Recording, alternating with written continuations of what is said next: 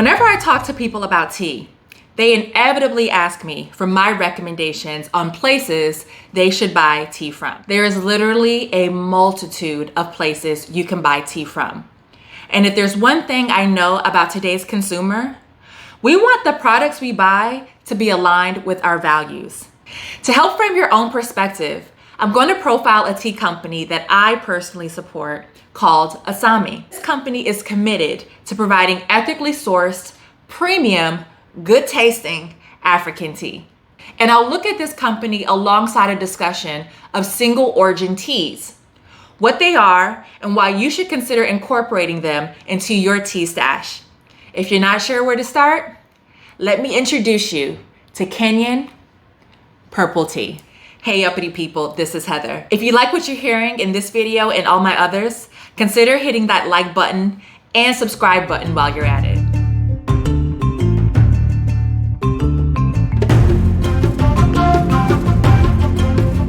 Asami means my culture, or in this case, African culture in Yoruba. And the name truly speaks to the ethos of the Asami Tea Company. The company has put great emphasis into building long-lasting and, most importantly, mutually beneficial relationships with smallholder tea farmers all throughout the continent of Africa, all with the intention of bringing you some of the finest flavors. It is Black-owned and 100% natural. In other words, you won't find any of those old nasty tea bags with bleaches, glues, and microplastics in them. And yes, tea bags are controversial.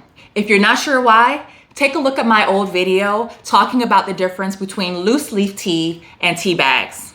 Full disclosure, Asami gifted me the purple tea that I am drinking today.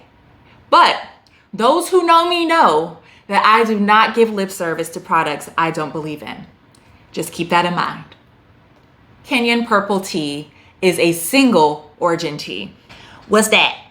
Generally speaking, this means that this is one particular type of tea that comes from one region with no additives or blends. Now, this definition can have some variations depending on who you talk to.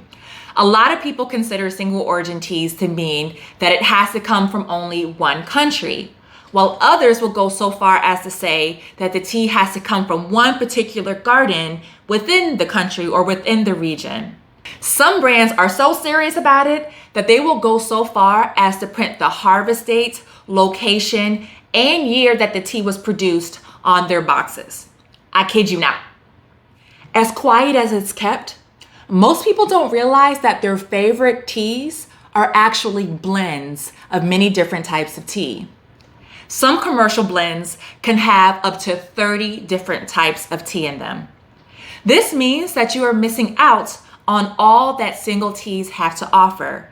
The main thing being their terroir, or the unique natural environment that makes teas what they are. This includes everything from the soil, to the air, to the water, to just the general vibe of the land. The benefit of blending is that it helps achieve a more consistent taste. And one of the most famous blends out there is English breakfast tea, which contains tea from India, Sri Lanka, and Kenya. So speaking of Kenya, let's get back to Kenyan purple tea. Purple tea does come from the Camellia sinensis plant. Remember, that's the plant from which all official tea comes from. But it's not considered a separate category of tea. The purple appearance of the tea is caused by genetic mutation which produces anthocyanin, a powerful antioxidant with a lot of health benefits found in some of our favorite purple vegetables and fruits. And so funny enough, the plant from which purple tea comes from actually is full of reddish purple leaves.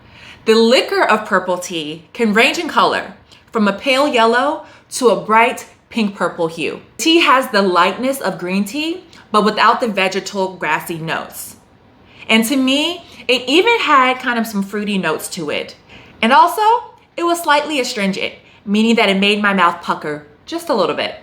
Originally, wild mutations of purple tea were found in China, but modern purple tea is almost exclusively harvested from the Nandi Hills region in Kenya, where it thrives in high elevations.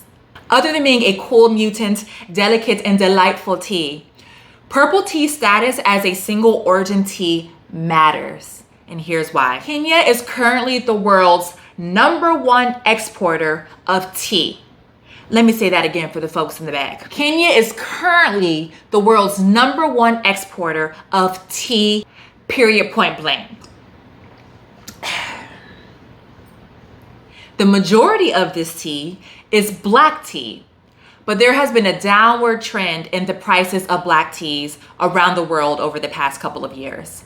And there's a number of reasons for this, both political and social, but that's for another discussion at another time and another place. For now, the important thing to know is that due to this downward trend in the prices of black tea, Kenya intentionally looks for a niche category of tea that would give it a competitive edge. And therefore, it focused on the mass production of purple tea, its favorite little mutant plant.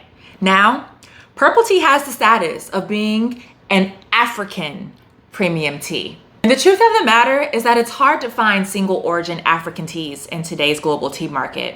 Blended teas are delightful, don't get me wrong.